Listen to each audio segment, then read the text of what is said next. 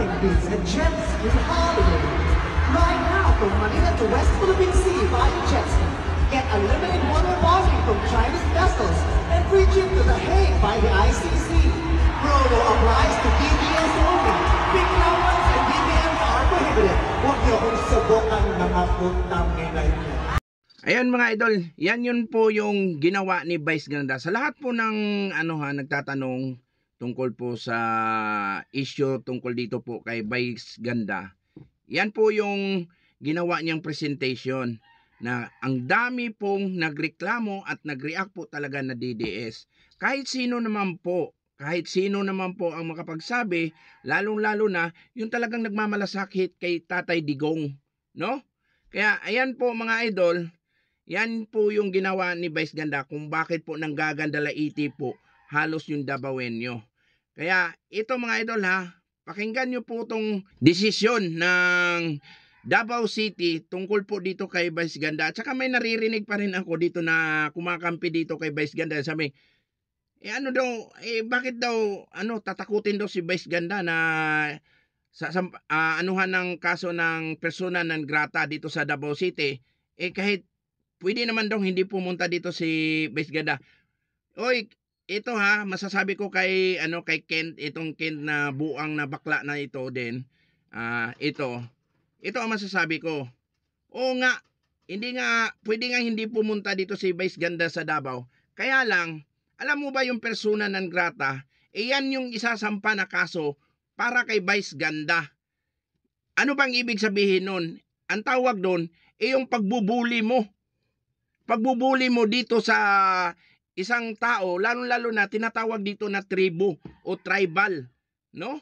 Kaya ikaw kasi buang ka na na bayot, buang ka na bayot din itong si Ken, kung makapagsalita din dito kay PRRD, sobra-sobra din. Ito rin, sumikat din to dahil sa sinasabi niya na magigilit daw siya sa liig niya pag makauwi daw si Tatay Digong. Ayun, talagang inaano yun ng mga DDS na sana nga makauwi na si Tatay Digong para mamatay din tong hayop na to no? Kaya ito nandito na, lumabas na po yung hatol po ng korte dito sa Davao City. Ayan, pakinggan po natin itong hatol po dito sa Davao City. Ayan na po, ayan na. Ayan.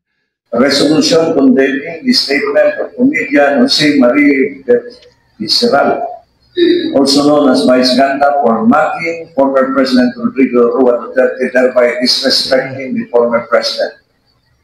Whereas the city government of Davao upholds the values of respect, courtesy, and the preservation of dignity towards all individuals, particularly public officials who have served the nation with distinction. Ano na ngayon? Ano na ngayon nangyari sa'yo? Ayan na po. Ayan na po yung resulta na ginawa po ng Davao City. Pinagdidesisyonan na po yung isasampa nila kay Vice Ganda ng persona non grata dito sa Davao. Di ba? Yari ka ngayon, bakla ka kasi sobra mong yabang. At nabalitaan pa natin simula nung nag-show ka doon at lumabas itong issue na to, 2 araw na hindi ka nagpapakita na sa mga netizen o sa mga kakilala mo, nagtatago na yung bakla na si Vice Ganda. Yan ang napapala sa mga mayayabang na akala mo sila na yung pinakamagaling. Sila na yung pinaka sa tao. Yun ang pinakaano nila. Hindi nila iniisip yung pinagtripan nila. Hindi kasi pinipili yung pinagtripan Kaya sa susunod sana mamimili ka ng pagtripan. Hindi lang yan. Marami pang nag-aabang sa'yo at nanggagaliitit. Ngayon lang talaga nila nilabas yung sama ng loob at galit sa'yo. Kasi yan, nainis talaga ako dito sa na to, na bakla na to. Hindi ko naman sinasabi talaga lahat ng ganyan yung ugali, kasi ako halos kaibigan ko rin mga din mga LGBT din kaya mas natutuwa ako sa kanila pero pag ganito kasi yung may pagkakaugali talaga na tao, tunay lalaki, mababae, o bakla man o tomboy, o ayan, yan talaga nire-respeto ko yan. Pag sila, okay din yan yung pag-uugali nila. Pero pag ganyan, edi sana pag-isipan muna bago gagawin, no? Kawawa ka ngayon. Ayan na, mangingiyak-ngiyak ka dyan. Yan, mangingiyak ka dyan, bakla ka. Gigalaiti ako sa'yo.